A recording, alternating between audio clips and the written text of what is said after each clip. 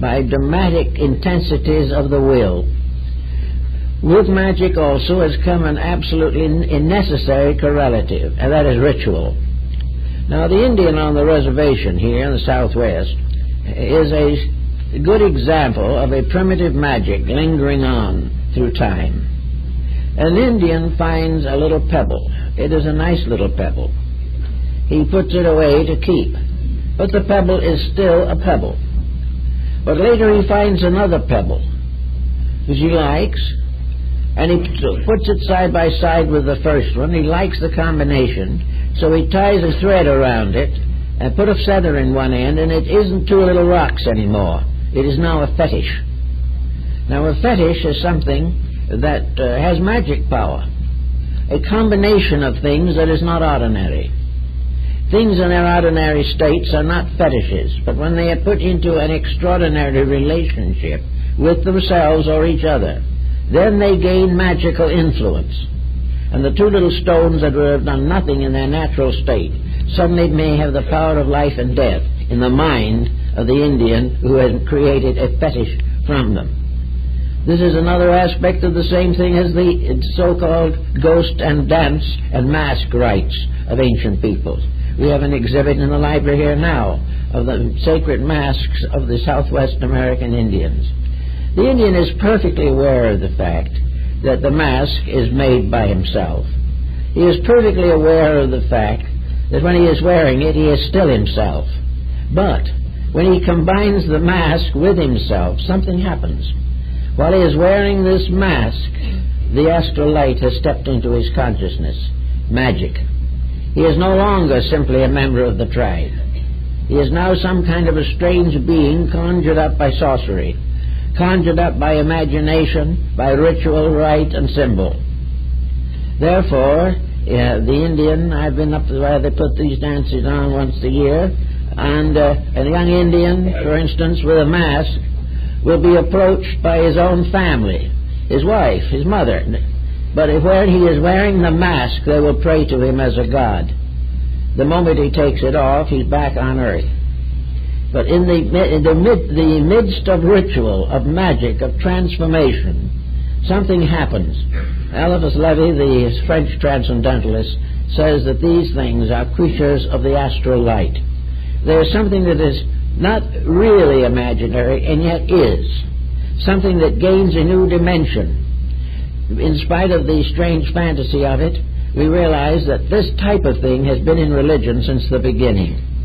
One of the most common forms of this in religion is the relic, something that belonged to a venerated person, something that has healing power because it belonged at one time to the body of a saint or something of this nature. These things are extensions, and like the healings of various Christian mystical shrines, like St. Anne de Beaupré in Canada or Lourdes, this place is magical. It is magic because a strange story has been built up around it. This story transforms the commonplace into magic. Magic of ritual, magic of sacred accounts, legends, lore, and all these things suddenly transform objects of common usage into things extremely uncommon, things possessing strange and secret powers. Now, where do these powers come from? In a sense, they must come from believing. If you did not believe in them, they would not exist. But what is it in the person that by believing can change his entire life? What is it that when an individual, for instance, is converted to a religion, that this conversion in words, the laying on of hands, or some symbolical ritual, suddenly transforms him? He has ceased to be a sinner and is becoming a saint. Some strange healing takes place from a source difficult to analyze. All these different mysteries seem to belong to an invisible realm that is very close to us, and which under certain conditions becomes available to us. A realm which perhaps we contact in sleep, in dreams, in nightmares, in trances, and under psychic pressures, as through a medium or something of this nature. There is some mysterious contact which suddenly changes the commonplace, that makes us believe things that in our more sober moments we would not believe.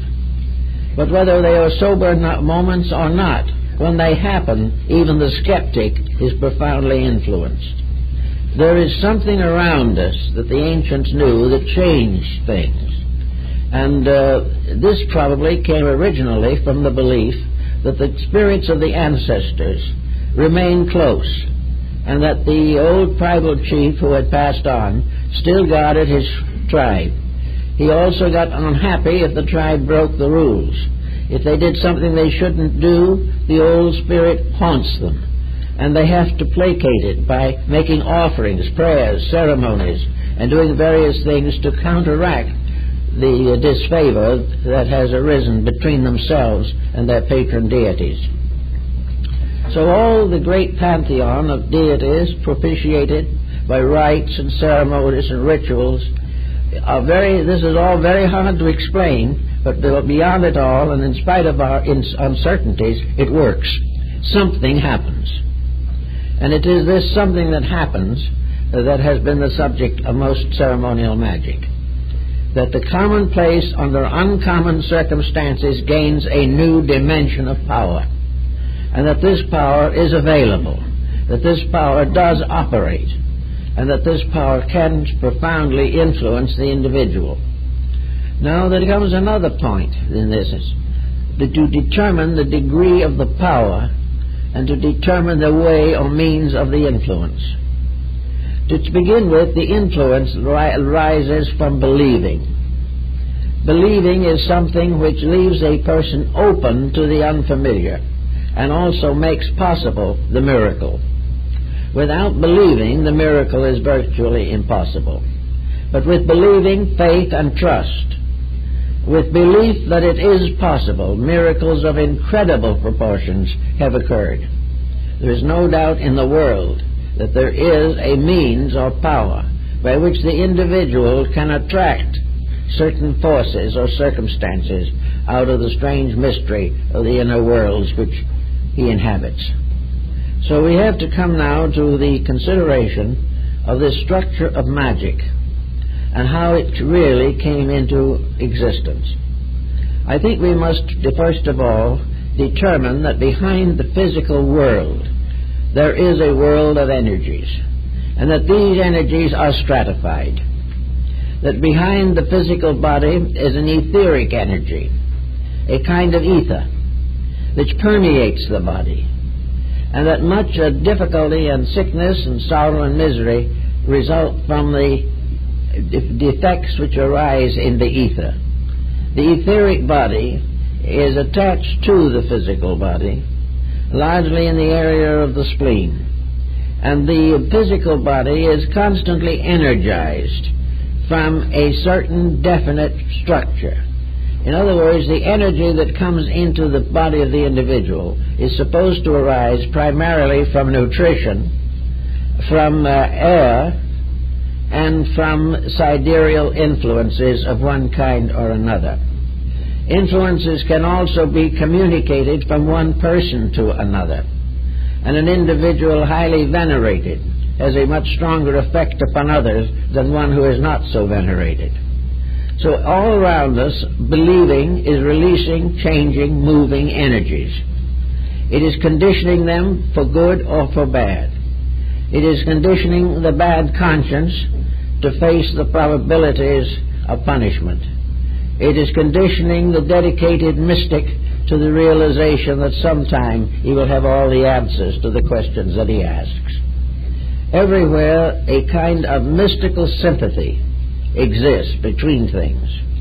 And this mystical energy also relates to deity, for the most extreme and abstract of all problems is God.